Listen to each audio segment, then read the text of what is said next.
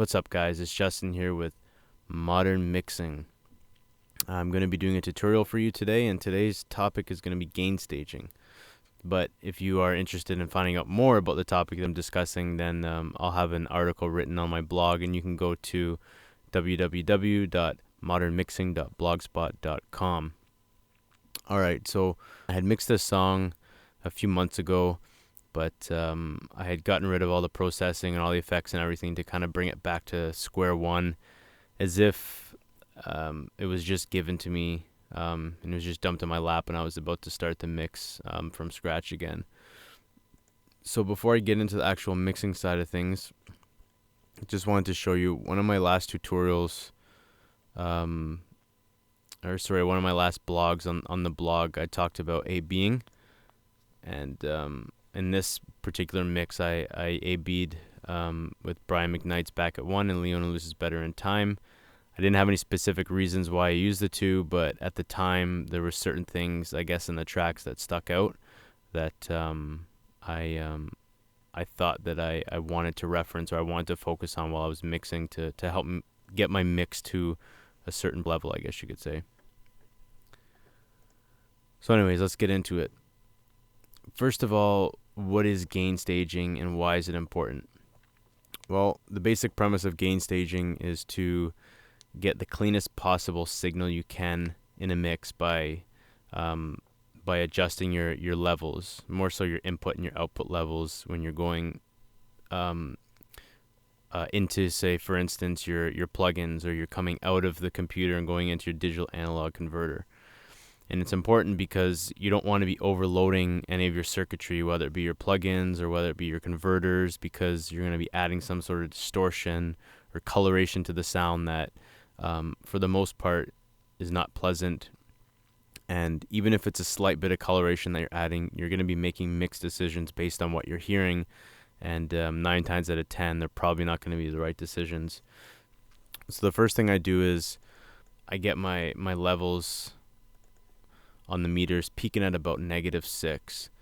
So I'll bring all the faders down in the mix till they're sitting at 0, and then I'll bring this up to unity gain, and then I'll play it and I'll listen to it and watch the meter. So this one,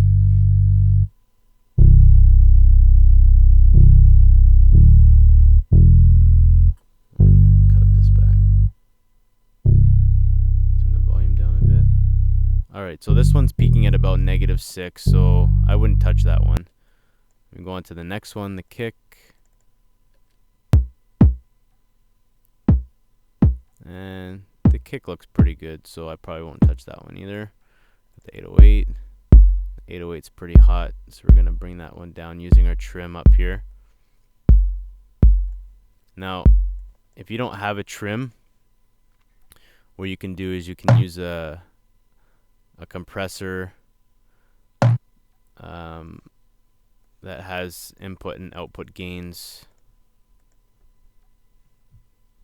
In this case, it just has a gain, but I could gain it up. Keeping an eye on my output, I could gain it up or gain it down.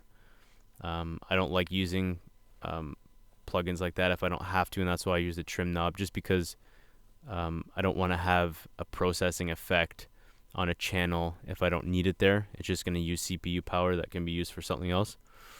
So I'm going to go into the clap. This one's just a little bit hot. Now, you don't have to be anal about these things, just approximately. So that one looked pretty good. This one's pretty hot. So bring this one down a bit. Alright, that looks pretty good to me.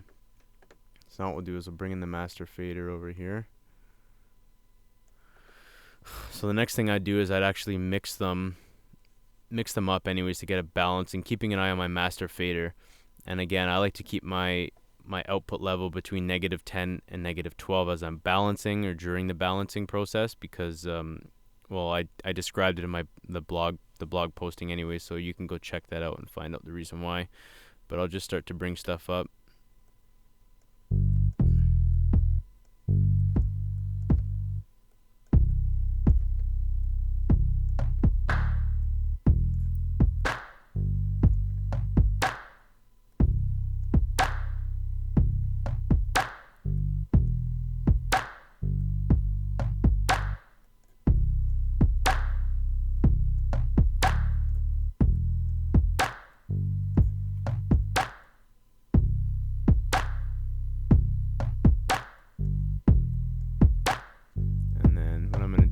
bring these ones in because I've already kind of did a little pre-balancing already.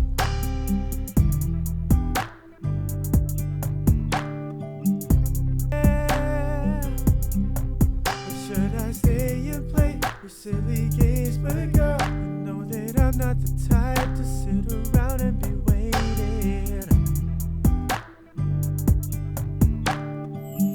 And a lot of mixing is just personal taste as well. Tell me what to do. Or it's also what the client wants. So as far as the claps and stuff, there is a water drop here that I added in that he wanted. If he wants it louder, you can make that stuff louder. But I mean, as far as blending these three really different claps together that make their own unique clap sound, that's just personal taste of how you mix that stuff. So it's up to you. But as you can see over here, I mean, the levels are for where I like them to be. Again, this is just a rough balance. There's no processing, no effects. It's very dry. I do have this on the harmonies here. I don't know why. I'll take those off. But yeah, it's the beginning, the early stages. This is just during the gain staging. So once I get these levels, I'll start grouping stuff together, grouping my drums, my harmonies, and stuff like that. Maybe I'll show you that in the next video. But once I get all these levels right, I know that once I decide that I want to add in, say, a compressor on any of these tracks, I know that it's going to be around that -6 area, which is that sweet spot that I'm looking for. So if I want to add processing, I can. And then anything that the compressor takes away, if it's knocking out, say, 3 dBs, I can always use the makeup gain to bring that back to -6. So I hope you learned something, and I hope you appreciate the fact that gain staging is important.